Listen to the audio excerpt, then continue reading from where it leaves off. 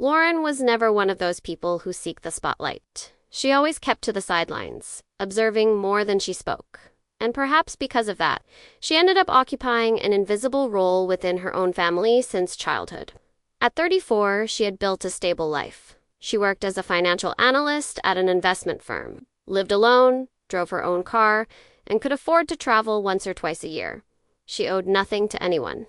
In fact, she had been silently supporting everyone for years. But no one seemed to remember, or maybe they had never truly known. What happened that Sunday during the family gathering was like someone had ripped the blindfold off her eyes with a single blow. Sharp, precise, and in front of everyone. The celebration was for her parents' 40th wedding anniversary. More than 50 people had filled the rented hall for the occasion. Marin, her younger sister, was as always the center of attention. Outgoing, charming, with that almost theatrical talent for moving people. Lauren, on the other hand, was the problem solver, the one who showed up when no one else could. The one who drove hours to pick up their father after a fall, who had covered dental treatments, debts, and even family vacation bookings without ever asking for anything in return. But those gestures never earned applause or toasts. When Marin handed over a handmade album filled with photos and corny messages written in golden marker, their mother stood up with teary eyes, raised her glass and said out loud, "This is the daughter who always loved us." The other one never lifted a finger. Lauren didn't react immediately. She didn't shout, didn't stand up to contradict her, didn't even flinch. She stayed seated, glass in hand, as if someone had dumped a bucket of ice water over her chest. She felt a tightness in her stomach, that mix of disbelief and sorrow that's hard to process. Around her, some people laughed awkwardly. Others simply kept eating. No one said a word, not even her father, who lowered his gaze as if the comment had never been made. Marin smiled modestly, as if unaware of the weight of what had just been said. But Lauren knew it was a sentence she had waited to hear for years. Not in those exact words, of course, but with that exact meaning. And that day it came, burning her from the inside out in front of the entire family tree. When the toast ended and the food began to be served, Lauren stood up slowly. Not on impulse, but with a calmness that seemed rehearsed. She walked over to her mother, kissed her on the cheek, whispered something in her ear, something no one managed to hear him, then left the hall without looking at anyone. Not a tear, not a single word more. Outside, the cold late autumn air hit her face like an awakening. She had spent more than a decade holding up an emotional and financial structure that had never once acknowledged her with a thank you. That phrase, launched like a sugar-coated dart, was the final drop that made everything spill over. She didn't make a scene. She wasn't going to explain anything. But as she got into her car, she had already made the most important decision of her life. She would never again fund her own invisibility. That same night, back at her apartment, Lauren meticulously reviewed every automatic payment linked to her account. Her parents' mortgage, her mother's additional credit card, Marin's car insurance, the gym membership, the internet package. An endless list of expenses that weren't hers, but that she had agreed to cover temporarily, which had turned into an invisible chain. With each click to cancel, she felt as if she was reclaiming a part of herself. There was no rage in her fingers, only resolve. She didn't want to hurt anyone, but she was no longer willing to be the silent safety net for a family that repaid her with disregard. The next morning, she woke up to 27 missed calls. Her phone buzzed as if something urgent were happening. The family group chat was full of confused messages, angry emojis, long voice notes from her mother, and a missed call from Marin, followed by a short voice message. "Lauren, what did you do?" That's when she remembered that among the things she had canceled was the rental for the family's end-of-year vacation, booked months ago on her card. The same trip her mother and Marin used to flaunt on social media as a symbol of family unity. Without her support, it had all crumbled within hours. Lauren didn't reply right away.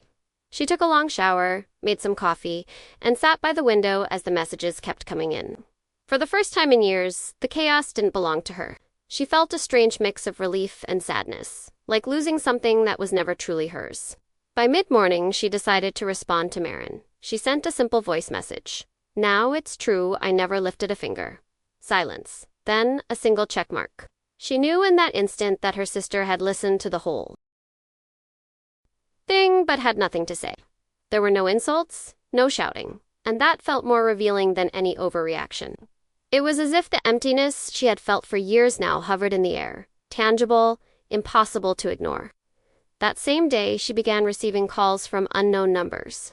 One was from the event hall provider, another from her mother's health insurance, and one more from an appliance store demanding overdue payment for a refrigerator she had financed for her parents' house. The entire system of favors, comfortable silences, and hidden debts was imploding. Lauren didn't block anyone, didn't respond with anger. She simply sent out a mass message with a sentence that left no room for interpretation. "Don't come to me to fix what you never knew how to appreciate. You don't need me. You said so yourselves." In the days that followed, Lauren's phone became a minefield of emotional manipulation attempts. Her mother started with passive-aggressive messages like how sad that a daughter would distance herself like this, followed by old photos of the two of them hugging, as if a decontextualized image could erase years of subtle contempt. Then came the public Facebook posts, vague remarks about ungrateful children accompanied by broken heart emojis. Lauren didn't respond, but she read everything. Not out of masochism, but because she needed to see clearly the emotional machinery she had tolerated in silence. For the first time, she saw it all without guilt. That's when she made a decision that would change everything. She posted a thread on her own social media accounts with screenshots of bank transfers, payment confirmations, invoices, and receipts. More than 15 years of records. Everything was there, from Marin's dental bills to the expenses for the backyard renovation. Surprise for her parents. It totaled over $147,000. There was no explanatory text. Just one sentence. The daughter who never lifted a finger. The impact was immediate. Comments were silenced. Profiles were blocked. Relatives who had never spoken to her before began messaging her, begging her not to ruin the family image. But it was too late. Lauren wasn't seeking revenge. She just wanted to be seen, and she had succeeded. From that moment on, silence became the family's new language. No messages, no calls, no invitations to Sunday dinners or spontaneous gatherings. The family group chat remained active, but Lauren was no longer included. They didn't officially kick her out, they simply stopped counting on her. And that, far from hurting, felt like taking off a heavy coat in the middle of summer. For the first time in years, her life stopped revolving around other people's drama. She rediscovered what it was like to sleep peacefully without checking other people's account balances. What it felt like to walk into her home and know that everything in it, light, water, food, calm, depended solely on her.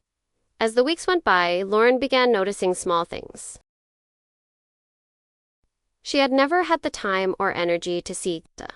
She started taking care of plants, something she had always thought wasn't her thing. She signed up for pottery classes on Thursday nights.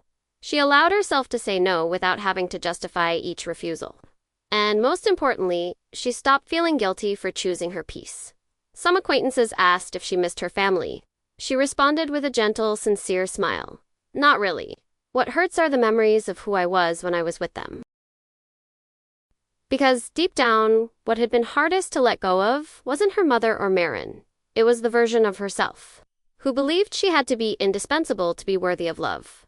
A couple of months later, Marin moved to another city without telling anyone. Lauren found out because a former classmate tagged her in a post saying Marin was starting over in another state. There were no goodbyes, no explanations, not even a note. That silence said more than any speech could. Without the safety net she had always enjoyed, the one Lauren had supported from the shadows, Marin had to face a reality she was never prepared for. Not out of malice, but out of comfort. Everyone had kept her in a bubble where all she had to do was smile for others to fix things. And now, finally, that bubble had burst. Lauren's parents, for their part, didn't take long to put the house up for sale. Without her contributions, they couldn't keep up with the expenses. They had to move to a more modest home in the suburbs. With no luxuries or conveniences, her mother, used to hosting dinners with fine china and embroidered tablecloths, began to complain on social media about how times have changed and the ingratitude of certain generations. But no one replied. The extended family had seen Lauren's post, had whispered about it, and now simply watched from a distance, without intervening. It was as if, in a strange twist, the truth had forced everyone into silence. And for Lauren, that was enough. There was one day, however, when Lauren's mother decided to break the silence. It was a Saturday morning, at 6:42 a.m., when Lauren received an email with the subject line, "If that made you happy?"